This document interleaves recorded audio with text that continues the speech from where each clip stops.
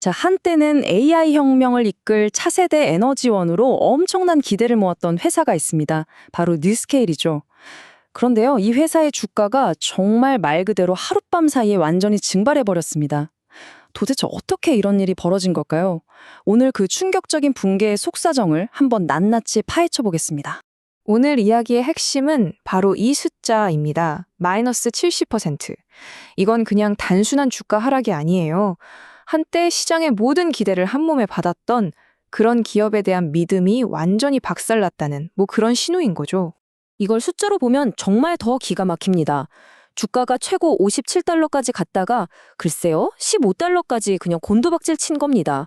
수십억 달러, 그러니까 우리나라 돈으로 조 단위의 돈이 순식간에 사라진 거죠. 이건 단순히 돈만 날아간 게 아니라 이 차세대 원자력 에너지의 미래 자체에 대한 투자자들의 믿음까지 흔들려버린 사건이었습니다. 아니, 도대체 어떻게 이런 일이 일어날 수 있었을까요? 그래서 오늘 저희가 살펴볼 내용은 이렇습니다.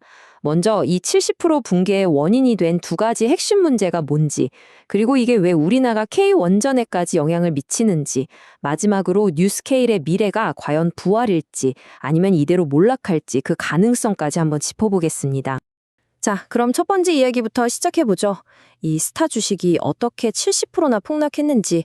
그 배경을 좀 보면요. 뉴스케일은 정말 AI 시대에 없어서는 안 돼 핵심 전력원으로 엄청난 기대를 받았어요. 그야말로 시장의 총화였죠. 그런데 그 모든 거품이 한순간에 확 꺼져버린 겁니다.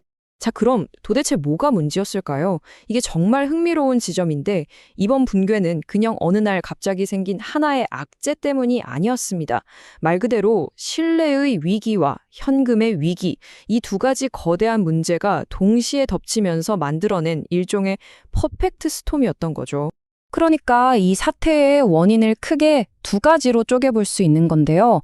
하나는 주주 위기, 즉 신뢰의 문제고요. 다른 하나는 재정 위기, 바로 현금 문제입니다. 그럼 먼저 이 신뢰의 위기부터 한번 들여다보겠습니다. 이 모든 사태의 시작, 그 첫 번째 도미노는 바로 여기서 쓰러졌습니다. 한 형동주의 펀드가 뉴스케일의 가장 큰 주주인 플로어라는 회사한테 공개적으로 편지를 보낸 거예요. 당신들 핵심 사업에나 집중하고 뉴스케일 지분은 싹 다 팔아버려라. 이렇게 압박을 한 거죠. 여기서 진짜 중요한 포인트가 뭐냐면요. 이게 그냥 일반적인 주식 매각 압력이 아니었다는 겁니다. 시장에서는 이걸 어떻게 받아들였냐면, 와, 이 회사에 대해 가장 잘 아는 최대 주주조차 미래가 불투명하다고 보고 탈출하려는구나 하는 아주 치명적인 신호로 본 거죠. 자, 이렇게 밖에서는 신뢰가 무너지고 있는데 이게 끝이 아니었습니다. 이제 두 번째 문제, 바로 재정 위기로 넘어가 보겠습니다. 사실 회사 내부에서는 훨씬 더 심각한 문제가 골마 터지고 있었거든요. 그 우려가 현실이 된 게 바로 3분기 실적 발표였습니다. 여기서 무려 5억 3천만 달러, 우리 돈으로 약 7천억 원이 넘는 순손실을 기록했다고 발표한 겁니다. 월가는 충격에 빠졌죠. 이건 회사가 돈을 벌기는커녕 엄청난 속도로 그냥 성금을 태워 없애고 있다는 위험 신호였으니까요. 그럼 이 엄청난 손실을 어떻게 메울까요? 회사가 꺼내든 카드는 7억 5천만 달러 규모의, 그러니까 1조 원에 가까운 돈에 마련하기 위해 새로운 주식을 찍어내는 거였습니다. 이게 기존 주주들한테는 정말 치명타였어요. 왜냐하면 내가 가진 주식의 가치가 그만큼 희석되니까요. 사실상 이게 죽다의 마지막 일격을 가한 셈이었습니다. 그런데 이 뉴스케일의 위기는 그냥 월스트리트에서 끝나는 이야기가 아니었습니다. 그 충격파가 전 세계로 퍼져나갔는데 특히 우리나라 K원전에 미친 파장이 상당했습니다. 왜 미국 주식의 폭락이 한국에서 이렇게 중요한 문제인지 지금부터 살펴보겠습니다. 이 표를 보시면 바로 이해가 되실 겁니다. 두산 에너빌리티, 삼성물산, GS에너지 같은 우리나라 대표 기업들이 있죠. 이 회사들은 그냥 돈만 투자한 게 아니에요. 뉴스케일 원자료의 핵심 부품을 만들고 사업 개발까지 함께하는 말 그대로 운명 공동체였던 겁니다. 그러니까 뉴스케일이 흔들리면 이 기업들도 같이 막대한 손실을 볼 수밖에 없는 그런 구조인 거죠. 특히 두산 에너빌리티 같은 경우에는 이 리스크가 정말 뼈아픕니다. 왜냐하면 뉴스케일의 재정 문제가 신박해지면 이미 받아놓은 핵심 부품 수주 계약이 그냥 공중에 떠버릴 수 있거든요. 뉴스케일에 돈이 없어서 프로젝트를 진행 못하면 두산은 물건을 만들어도 돈을 못 받는 그야말로 최악의 상황에 처할 수 있다는 뜻입니다. 자, 그럼 이렇게까지 무너졌는데 뉴스케일은 이대로 끝나는 걸까요? 과연 부활할 수 있을까요? 아니면 이대로 몰락의 길을 걷게 될까요? 이제부터 뉴스케일 앞에 놓인 두 갈래의 길을 한번 살펴보겠습니다.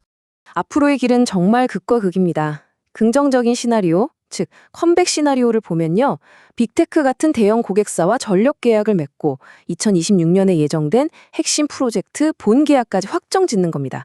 이렇게 되면 극적인 부활이 가능하겠죠. 반면에 부정적인 시나리오는 핵심 프로젝트가 취소되고 자금 조달에 실패하면서 주가가 계속 하락하는 그야말로 붕괴의 길입니다. 정말 천국과 지옥, 딱 그 갈림길에 서 있는 거죠. 그래서 이 상황을 계속 지켜보실 분들이라면 다른 거 다 필요 없고 딱 하나만 보시면 됩니다. 그건 주가가 아니에요. 바로 실제 구매 주문서, 즉 PO입니다. 우리랑 뭐 하겠다는 발표가 아니라 이거 만들어주세요 하고 돈을 내는 진짜 계약이 나오는지를 봐야 한다는 거죠. 자, 그럼 오늘 이야기의 핵심 내용을 한번 정리해 보겠습니다. 결국 70%라는 엄청난 주가 폭락은 최대 주주가 떠나면서 생긴 신뢰의 위기와 회사의 현금이 바닥나면서 생긴 현금 위기가 합쳐진 결과였죠. 그리고 이 문제는 두산 같은 우리나라 파트너들에게도 아주 심각한 리스크가 되고 있습니다.